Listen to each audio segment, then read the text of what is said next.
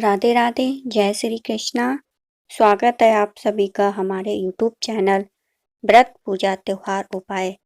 आज हम विजया एकादशी व्रत कथा को सुनेंगे। हिंदू धर्म में एकादशी का बहुत अधिक महत्व होता है। फाल्गुन माह के कृष्ण पक्ष में पड़ने वाली एकादशी को विजया एकादशी के नाम से जाना जाता है। इस बार विजया एकादशी 16 और 17 फरवरी 2 दिन रहेगी। भगवान विष्णु को समर्पित होती है यह तिथि। इस दिन विधि विधान से भगवान विष्णु की पूजा अर्चना की जाती है और ऐसा करने से भक्तों को मोक्ष की प्राप्ति होती है। चलिए अब हम विजया एकादशी पावन व्रत कथा को सुनेंगे, लेकिन उससे पहले वीडियो को लाइक कर लें, चैनल को सब्सक्राइब कर लें, बेल आइकन को दबाना ना भूलें। धर्मराज युधिष्ठिर बोले, हे जनार्दन, फाल्गुन मास के कृष्ण पक्ष की एकादशी का क्या नाम है तथा उसकी विधि क्या है? कृपा करके आप मुझे बताएं। श्री भगवान बोले, हे राजन, फाल्गुन मास के कृष्ण पक्ष की एकादशी का नाम विजया एकादशी है। इसके व्रत के प्रभाव से मनुष्य को विजय प्राप्त होती है। यह सब व्रतों से उत्तम व्रत है। इस विजया एकादशी के महत्व के श्रवण व पठन से समस्त पाप नाश को प्राप्त हो जाते हैं।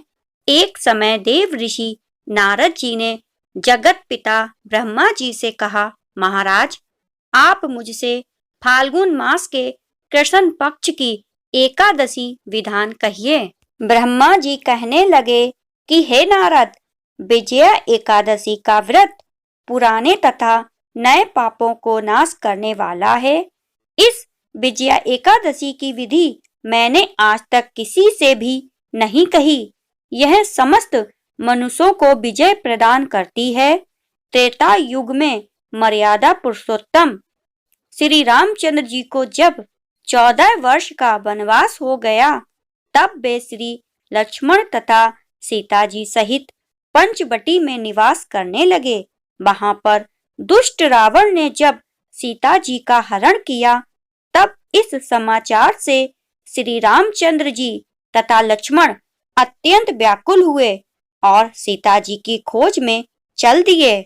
घूमते घूमते जब वे मरणासन्न जटायु के पास पहुंचे, तो जटायु उन्हें सीता जी का वृतांत सुनाकर स्वर्गलोक चला गया।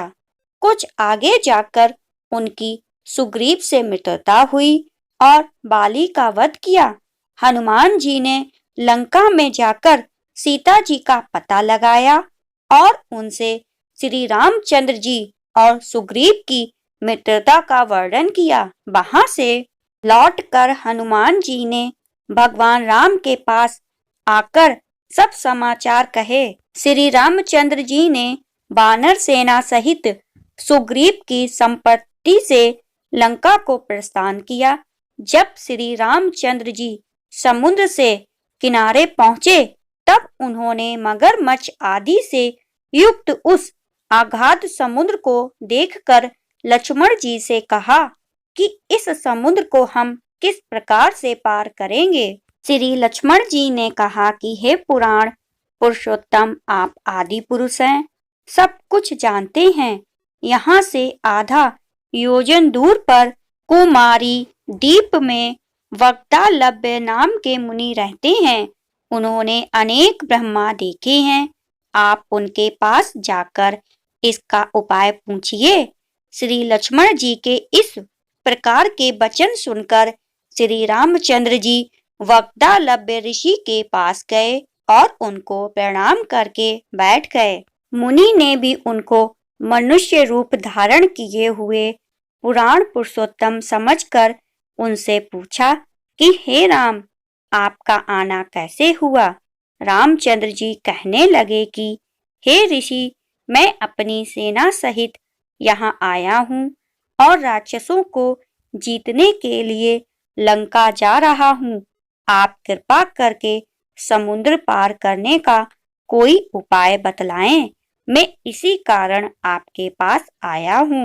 वक्तालव्य ऋषि बोले कि हे राम, फाल्गुन मास के कृष्ण पक्ष की एकादशी का उत्तम व्रत करने से निश्चय ही आपकी विजय होगी। साथ ही आप समुद्र भी अवश्य पार कर लेंगे। इस व्रत की विधि यह है कि दशमी के दिन स्वर्ण, चांदी, तांबा या मिट्टी का एक घड़ा बनाएं। उस घड़े को जल से भरकर तथा 5 पल्लव रखकर वेदिका पर स्थापित करें। इस घड़े के नीचे सतनजा और ऊपर जौ रखें। उस पर श्री नारायण भगवान की स्वर्ण की मूर्ति स्थापित करें। एकादशी के दिन स्नान आदि से निर्वृत्त होकर धूप, दीप, नौवेद्य, नारियल आदि से भगवान की पूजा करें। तत्पश्चात घड़े के सामने बैठकर दिन व्यतीत करें और रात्रि को भी उसी प्रकार बैठे रहकर जागरण करें। द्वादशी के दिन नित्य नियम से निर्वृत्त होकर उस घड़े को ब्राह्मण को दे दें।